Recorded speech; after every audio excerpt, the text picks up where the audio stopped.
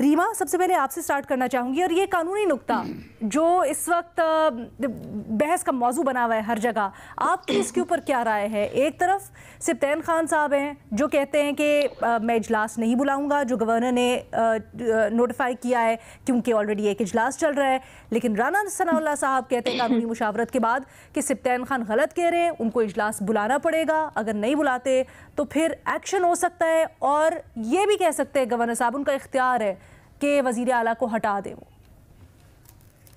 जी शुक्रिया लीना।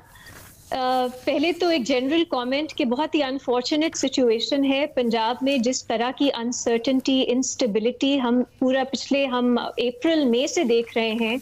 ये मुल्क के लिए बहुत परेशान कुन हालात हैं, और अनफॉर्चुनेटली लग यही रहा है कि अभी ये मज़ीद बढ़ेगी, क्योंकि ये मैं देख रही हूँ मामलात जो हैं ये अदालतों में ही जाएंगे, अदालतें ही सेटल करेंगी। ये क्यों है? अब जो स्पीकर हैं पंजाब असेंबली के, वो रिलाई कर रहे हैं आर्टिकल 137 जो आइन का है, जो इख्तियार देता है गवर्नर को कि वो वोट ऑफ कॉन्फिडेंस, अगर उन्हें शक है कि चीफ मिनिस्टर के पास मेजॉरिटी नहीं है तो वो उनको कह सकते हैं आप वोट ऑफ कॉन्फिडेंस लें। अब आइन की जो लैंग्वेज है उस पर रिलाई कर रहे हैं सिप्तैन साहब। आइन की लैंग्वेज है 137 की कि the governor shall summon the provincial assembly. अब उनकी आर्ग्यूमेंट ये है कि ऑलरेडी अगर सेशन चल रहा है तो आप उसको मजीद समन कैसे कर सकते हैं? तो उनकी इंटरप्रिटेशन ये है कि एक चलता हुआ सेशन जो है उसमें गवर्नर वोट ऑफ कॉन्फिडेंस बुला ही नहीं सकते।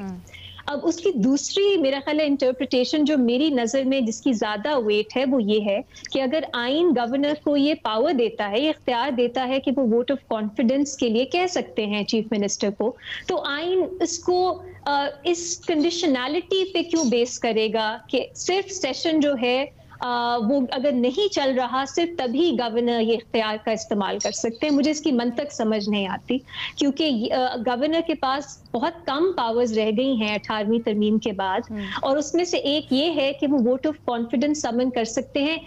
ये उनकी अपना इख्तियार है, इसके पीछे चीफ मिनिस्टर की उनको एडवाइस की जरूरत नहीं है। तो उसको कर्टेल आप कैसे कर सकते हैं? और हम देख रहे हैं कि पंजाब असेंबली के जब से परवेज इलाही साहब इलेक्ट हुए हैं, सिर्फ ये दूसरा सेशन है जो चल रहा है, वो सेशन को प्रोरोग होने ही नहीं देते। बीच में सिर्फ एक संडे का दिन था जब सेशन प्रोरोग था, मजीद चल रहा है। तो क्या जो चीफ मिनिस्टर हैं, स्पीकर हैं, वो इस तरह गवर्नर के इख्तियार को रिस्ट्रिक्ट कर सकते हैं कि वो सेशन खत्म ही ना होने दें? ये एक आईनी सवाल है, और मेरा ख्याल है इनमें ये अदालत रिजॉल्व करेगी। अब राना सनाउल्लाह क्या कह रहे हैं? वो रूल्स पे रिलाई कर रहे हैं। अगर आप पंजाब असेंबली के रूल्स देखें, उसमें वाजे तौर पे वाजे नजर आता है हमें। रूल्स कहते हैं, नंबर 22 है मेरा ख्याल है, उसकी 7th जो आप सब सेक्शन देख लें, उसमें ये कहा गया है कि अगर गवर्नर समन करते हैं एक सेशन वोट ऑफ कॉन्फिडेंस के लिए, और जो चीफ मिनिस्टर हैं वो वोट नहीं लेते, तो ये डीम्ड है, ये समझा जाएगा कि वो मेजॉरिटी उनके पास नहीं है। तो राना सनाउल्लाह इस पे रिलाई कर रहे हैं। अब ये भी हमें समझ आता है, अगर चीफ मिनिस्टर वोट लेने से भाग रहे हैं, समझा जाएगा कि उनके पास मेजॉरिटी नहीं है और वो चीफ मिनिस्टर नहीं रहेंगे। तो हम देखते हैं अब ये अदालतों पे कौन जाता है। अगर पीटीआई या पीएमएल क्यों जाते हैं, परवेज इलाही साहब जाते हैं, वो कह सकते हैं कि गवर्नर के पास ये इख्तियार ही नहीं है कि वो प्रोविंशियल असेंबली को समन करें। और अगर बाद में परवेज इलाही साहब कहते हैं कि नहीं मैं तो इसको मानता ही नहीं, तो फिर क्या नून लीग या पीडीएम की बाकी जमातें अदालत जाएंगी और वो कहेंगी कि नहीं, रूल्स के मुताबिक ये अपनी चीफ मिनिस्टर नहीं है अब, क्योंकि उन्होंने वोट नहीं लिया। सो ये एक एम्बिग्विटी है कानून में, आइन में, और अदालतें ही ये डिसाइड करेंगी। लेकिन इसका मतलब ये है लीना कि बहुत सी पॉलिटिकल इंस्टेबिलिटी हम देखेंगे। इबाम ही रहेगा कि पंजाब में कौन है जो चीफ मिनिस्टर है, कौन जो है जो ताकत में है। एक मैं छोटी सी बात और प्लीज ऐड कर दूं, आपने 6 का नंबर बताया कि वो पीडीएम जमातें 6 जो पंजाब के मुस्लिम लीग काफ के जो मेंबरान हैं उनके साथ राब्ते में।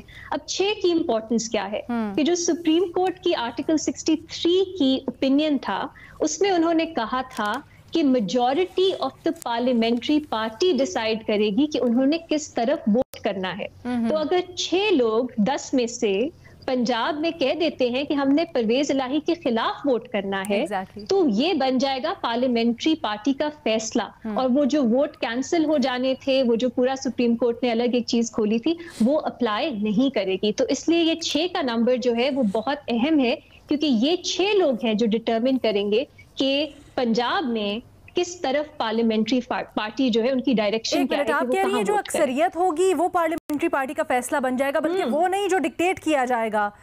बिल्कुल, क्योंकि आप सुप्रीम कोर्ट का ओपिनियन पढ़े आर्टिकल 63A पे, उसमें वो कहते हैं कि पार्लियामेंट्री पार्टी की डायरेक्शन तो है, लेकिन वो किस तरह डिसाइड की जाएगी। और उसमें सुप्रीम कोर्ट ने वाज़े तौर पे लिखा है कि it has to be at least the majority of the parliamentary party.